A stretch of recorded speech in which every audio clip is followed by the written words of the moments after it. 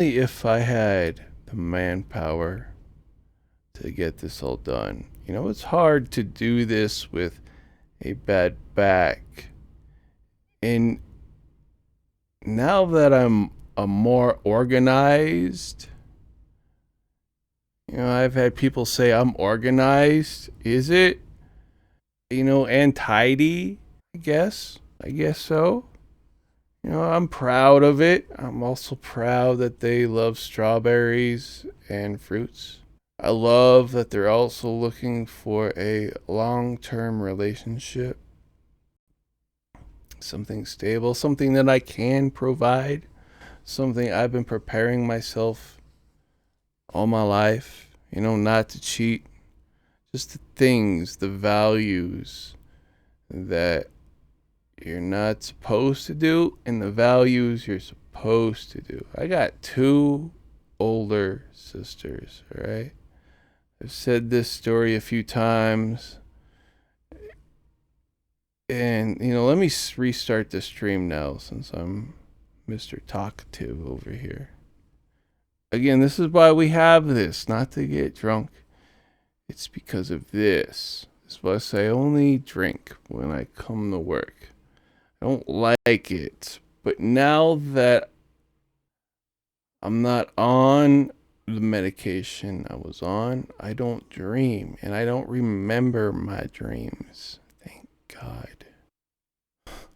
I have some nightmares, man. But it was all stemmed from that medication I was on. And again, thank God I don't remember my dreams. It's me as an artist. I like to remember stuff.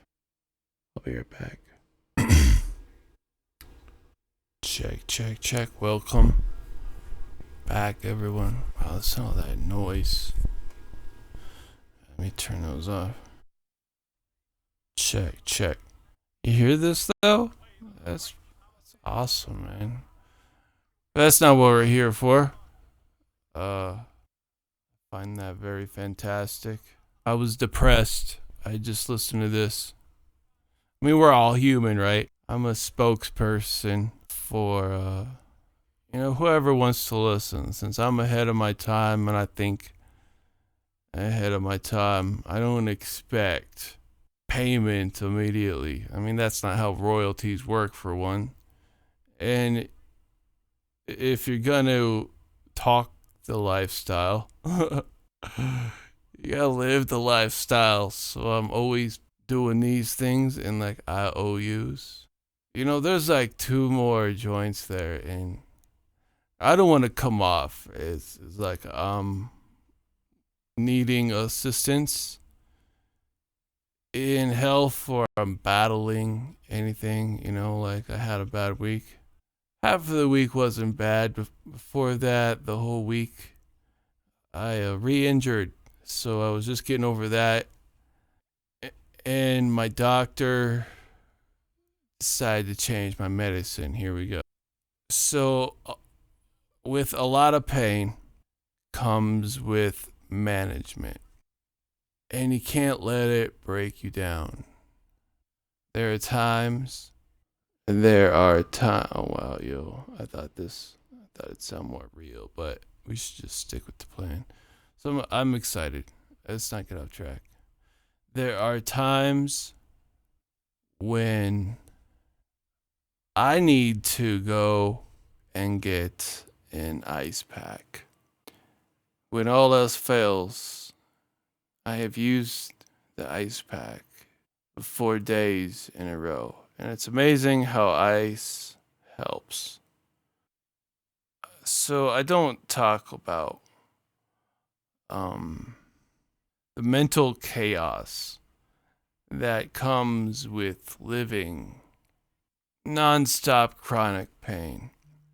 And I am proud of myself despite all the rumors that I feel are false sometimes. I don't want to talk about the past, but I feel like I must for a second to make this story make sense. I need to make sure I'm recording everywhere and unable to connect. Alright, so we need to fix this. Probably unable to connect. Good thing I mean, DLive doesn't save, but I have that watch. So I'm gonna have to end this eventually soon, but I really need to finish out this story. It's kind of long, but I just want to make sure I'm, streaming everywhere. Otherwise, it just sits on this shelf, and who knows who will hear it. Wrong password. Maybe I don't give a damn right now. Doesn't matter. I want to be messing with this when I'm trying to, do some smart shit on the mic. I'm always messing with it though. All right. So I had a lot of counseling when I was young just because I think the way I do and I talk outside the box, and it's not really meant to like butt hurt people's feelings. To me, it's poetry. It's like writing a novel. So you have that side of pain. We got 3%. And I only brought one cord with me, man. So I would love to skip forward. I looked as an oddball, and I was like, "Your life sucks." When I was young, and I was like, "Let me just experiment with like overdosing and injecting all kinds of crazy shit." And then that awarded me the life of coping. And I never did it out of attention. I just wanted to see what it felt like. It's a bad way of saying it. I wanted to see if I would struggle. If I would pump my veins full of Drano. And that alarmed a lot of people. It was like, what would happen if I pumped my shit full of Drano? Probably bad stuff, Especially if I would have hit a vein. But I want to talk about any of those experiences. There's been many. But that all changed when I had my back, right? I was in the belief that you have to believe. If you believe in the right things, then you believe in the wrong things. And then when I broke my back and I started watching, all of these documentaries about, medical is a scam, this, that. Look at what mental health is doing to you. They want the whole world drugged up. And that hit me hard when I first watched it. And that was probably the only documentary I ever cried over. Okay. So there was one side of belief. And I'm going to show you how I went a 180 there. So then I got taught all of this propaganda, the other side of mental health, the history of mental health, and how torturous it was. And then, like, my first wife having all those electroshock therapies, and it just killed us. It killed her. She committed in 2013. She's got a book out. At least she is out there still and not just lost. You can find her book, Chandra Maguire. There's a post in there called Jeff. Probably find it on Amazon. Like, no one cares. But the point is I got her poetry published. So, when I was involved, whether I liked it or not, in the mental health, just because of how weird I am. But I never am a threat. I would just not one of you, I'm not going to do it like that. It's silly. But can't I joke about it? And apparently no. So myself, I'm also a writer. First time growing up novelist. So I'm trying to find where I fit in this place, I was put here. And then to be shocked, like, the love of your life no longer remembers you because they zapped. You zap. So that changed me, right? There's plenty of depression to find from there. And even that moment I was thrown in jail. Because she was trying to forget one of her ex-husbands that I could really care less about. But her, it was like a nightmare that she had to live. And I read some of her poems, and it was like, damn, that really happened to you?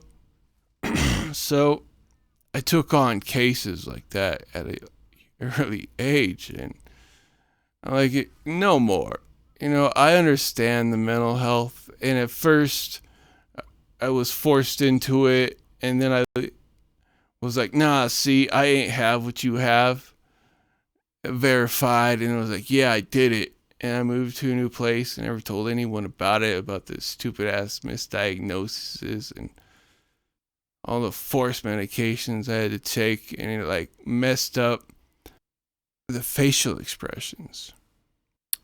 There's no one to blame here. I'm not trying to blame anyone. I'm just explaining a journey.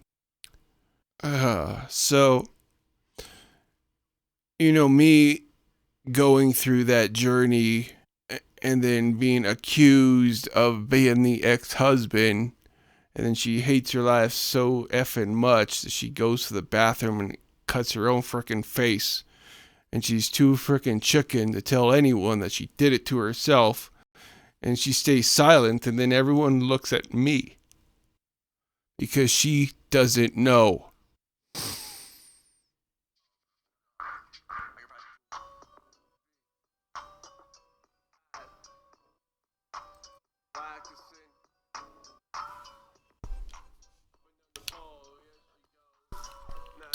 Shit, that was wearing knees the entire time.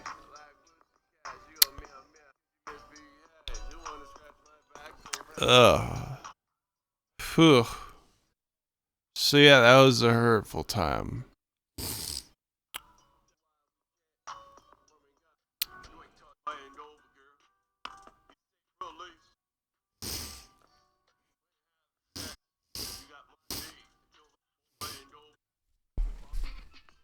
Check. Yo, the goal today is to get good content, not to create an awareness. It's like having that first fight with that friend. And then after that first fight, you're like more cool than ever with each other. And that's how it is with these sessions.